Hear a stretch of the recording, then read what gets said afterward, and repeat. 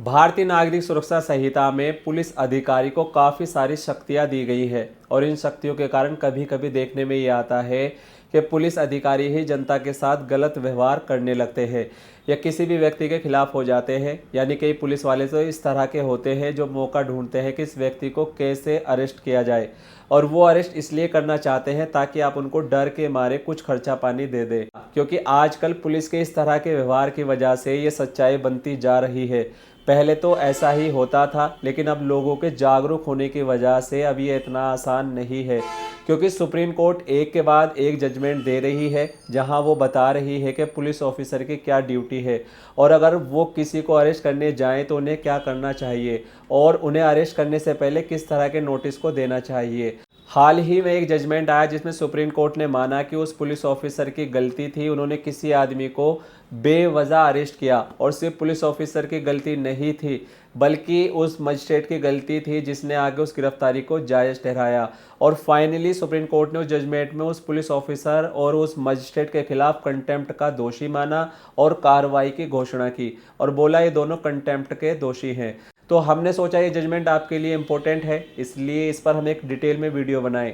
आज की इस वीडियो में हम उस जजमेंट को डिस्कस करेंगे, क्योंकि इस जजमेंट में सुप्रीम कोर्ट ने एंटीसेप्टरी बेल के ऊपर कानून को डिटेल में डिस्कस किया है और बताया है कि कैसे पुलिस वाले और मजिस्ट्रेट इस कानून का वायोलेशन करते हैं और अगर वो ऐसा करते हैं तो कैसे आप उनके खिलाफ कंटेम्प्ट की कार्रवाई करवा सकते हैं और उन्हें सजा दिला सकते हैं। सो गाइज, मेरा नाम है एडवोकेट आबिद और आज की इस वीडियो में हम सुप्रीम कोर्ट के एक वेरी फेमस लैंडमार्क जजमेंट के बारे में आपको बताएंगे जो आपके काफ़ी काम आएगा। तो चलिए वीडियो शुरू करते हैं।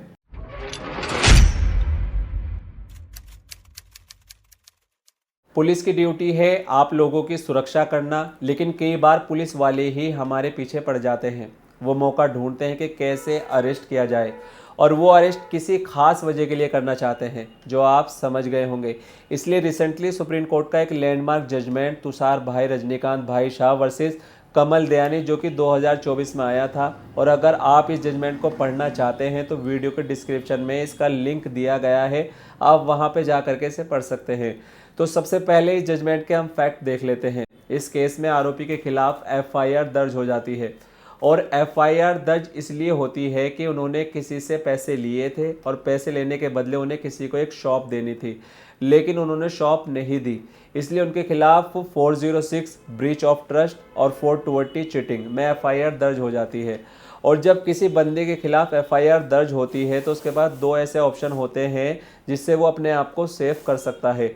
पहला तो यह है कि वो एफआईआर को कोर्ट में चैलेंज करें और दूसरा वो हाई कोर्ट में जा करके उस एफआईआर को सेक्शन 482 सीआरपीसी या नए कानून में सेक्शन 528 बीएनएसएस यानी भारतीय नागरिक सुरक्षा संहिता में उस एफआईआर को क्वेश यानी खारिज कराने की हाई कोर्ट से रिक्वेस्ट कर सकते हैं, जो कि इस सेक्शन के द्वारा हाई कोर्ट के पास इनहेरेंट पावर है। और दूसरा, अगर आपको डर है कि कहीं पुलिस वाले आपको अरेस्ट ना कर ले या बेवजह आपको परेशान ना करें, तो आप सेक्शन 438 में एंटीसेप्टिव बेल, जिसे अग्रिम जमानत कहते हैं, वो आप सेशन कोर्ट में लगा सकते हैं, क्योंकि मजिस्ट्रेट के पास एंटीसेप्टिव बेल को सुनने की सेक्शन 438 में पावर नहीं है। इसलिए अगर आप अग्रिम जमानत लेना चाहते हैं तो आपको जिला सेशन न्यायालय में जाना चाहिए। वहाँ पर आप एफआईआर की कॉपी लेकर जाते हैं और एक 2-3 पेज की बेल एप्लीकेशन टाइप करते हैं और कहते हैं कि मेरे ऊपर जो भी आरोप लगाए गए हैं वो गलत है, मेरा इस केस में कोई भी रोल नहीं है और ये रीज़न है जिस कारण से मुझे बेल दे देनी चाहिए। अगर सेशन न्यायालय को लगता है कि आपको बेल देनी चाहिए तो वो आपको बेल दे देते हैं, और अगर आपको सेशन न्यायालय से बेल नहीं मिलती है तो आप हाई कोर्ट में अप्रोच कर सकते हैं। अगर हाई कोर्ट आपकी बात को समझती है तो आपको बेल दे देती है और नहीं समझती है तो फिर आप सुप्रीम कोर्ट जा सकते हैं। एंटीसेप्टिव बेल लगाने के लिए आपके पास एफआईआर की कॉपी होनी चाहिए।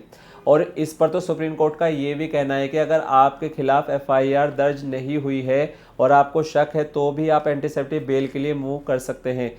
दोस्तों, एंटीसेप्टिव बेल का एक सेटल कानून है। अगर आपको एंटीसेप्टिव बेल मिल गई यानी आपको अग्रिम जमानत मिल गई है तो कोई पुलिस वाला आपको हाथ नहीं लगा सकता, क्योंकि एंटीसेप्टिव बेल का मिलने का मतलब यही होता है कि जब तक आपका ट्रायल चलेगा तब तक कोई आपको परेशान नहीं कर सकता। अगर ट्रायल में कन्विक्शन साबित हुआ तो फिर एक अलग बात है, लेकिन ये बात आज भी देश के कई पुलिस ऑफिसर नहीं समझते, इनफैक्ट देश के मजिस्ट्रेट भी नहीं समझते।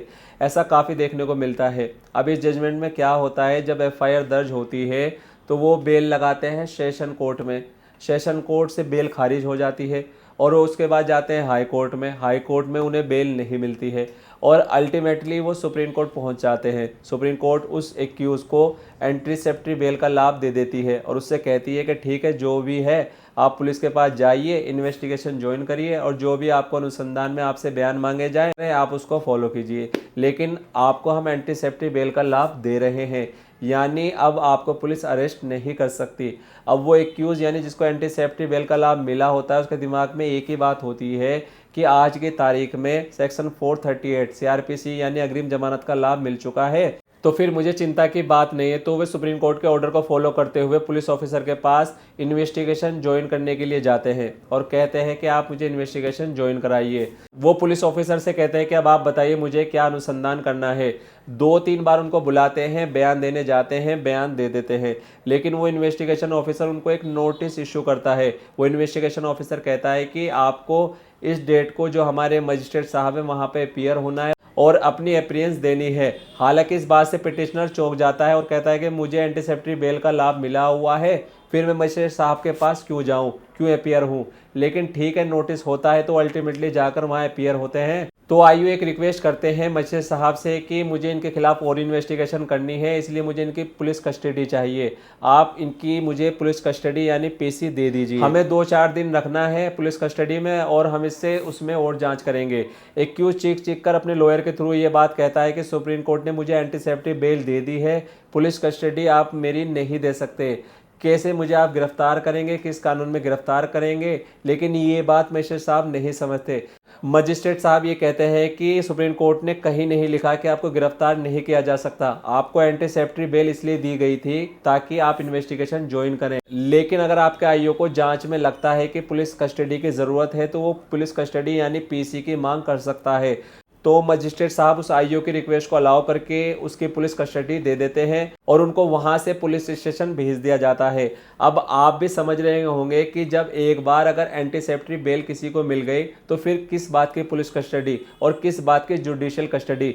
अल्टीमेटली वापस पहुंचते हैं सुप्रीम कोर्ट ऑफ इंडिया में और सुप्रीम कोर्ट में अपनी सारी बात रखते हैं। ये बात पूरी सुनकर सुप्रीम कोर्ट हैरान हो जाती है। सुप्रीम कोर्ट कहती है कि इस देश का बच्चा बच्चा जानता है कि अगर किसी को एंटीसेप्टरी बेल मिल गई है तो उसको गिरफ्तार नहीं किया जा सकता, और अगर इस केस में ऐसा हुआ है तो वो तो आईओ है, इन्वेस्टिगेशन ऑफिसर है, उससे तो ये एक्सेप्ट किया जा सकता है कि उसको कानून का पता होगा।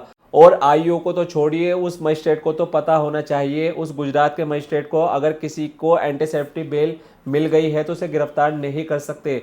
और अगर कोई पुलिस वाला ऐसे पुलिस कस्टडी मांग रहा है तो उसको आपने मना करना होगा, उसको बोलना होगा कि सुप्रीम कोर्ट का ऑर्डर है, लेकिन उन दोनों ने ऐसा नहीं किया। इसलिए हमें लगता है कि अब जरूरत पड़ गई है कि देश में ऐसे इन्वेस्टिगेशन ऑफिसर और ऐसे मजिस्ट्रेट को नोटिस कंटेम्प्ट का इश्यू करें और उनसे जवाब मांगे।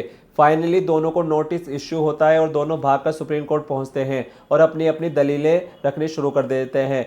मजिस्ट्रेट साहब तो ये दलील देते हैं कि साहब हमारे गुजरात में तो ऐसा ही होता है, ऐसे ही प्रैक्टिस है और ऐसा होता आया है। सुप्रीम कोर्ट कहती है कि आपके वहाँ पर क्या चलता है, क्या होता है, क्या नहीं चलता है, इससे हमें कोई फ़र्क नहीं पड़ता। लॉ बहुत सेटल्ड है और हमें आपसे ये एक्सेप्टेंस थी कि आप लॉ को फॉलो करेंगे और आपने लॉ को फॉलो नहीं किया। अब आपका इंटेंशन क्या था वो हमें नहीं पता, लेकिन आपके इस एक्ट के कारण कोई आदमी जेल चला गया जो हमें कतई मंजूर नहीं है। फाइनली सुप्रीम कोर्ट ने उस आईओ और उस मजिस्ट्रेट के खिलाफ कंटेम्प्ट का उनको दोषी माना और उन्हें कंटेम्प्ट में सजा दी।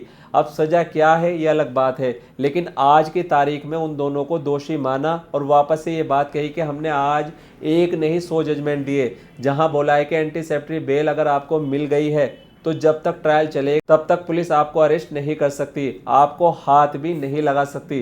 इसलिए अगर जब भी आपके खिलाफ एफआईआर होती है और आप अग्रिम जमानत का लाभ लेने जाते हैं और आपको अगर अग्रिम जमानत मिल जाती है तो आपका काम बस यही होता है कि जब भी आपको पुलिस ऑफिसर यानी आपके आईओ बुलाएं तो आप वहां जरूर जाएं, जांच में सहयोग करें। आपकी जिम्मेदारी इन्वेस्टिगेशन में सहयोग करने की है और कोर्ट भी ये अपने ऑर्डर में लिखती है कि ज्वाइन द इन्वेस्टिगेशन, और अगर आप कहीं देश से बाहर जा रहे हैं तो परमिशन लेकर जाएं। बस इतना ही आपको करना है, वो आपको अरेस्ट नहीं कर सकते।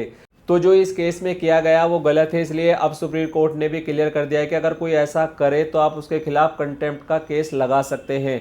और ऐसे कंटेम्प्ट के केस एक नहीं कई सारे केस में हो रहे हैं। जैसा कि हम जानते हैं कि Arnesh Kumar versus state of Bihar के केस में सुप्रीम कोर्ट कहती है कि अगर 7 साल से कम की सजा है तो आपको 41A का नोटिस देना पड़ेगा, लेकिन पुलिस वाले नहीं देते हैं। इसलिए पुलिस वाले अगर उसमें भी ना दें तो आप अपने हाई कोर्ट में कंटेम्प्ट पिटीशन लगा सकते हैं। सेक्शन 12 कंटेम्प्ट ऑफ कोर्ट में एक पिटीशन लगती है, लगा सकते हैं।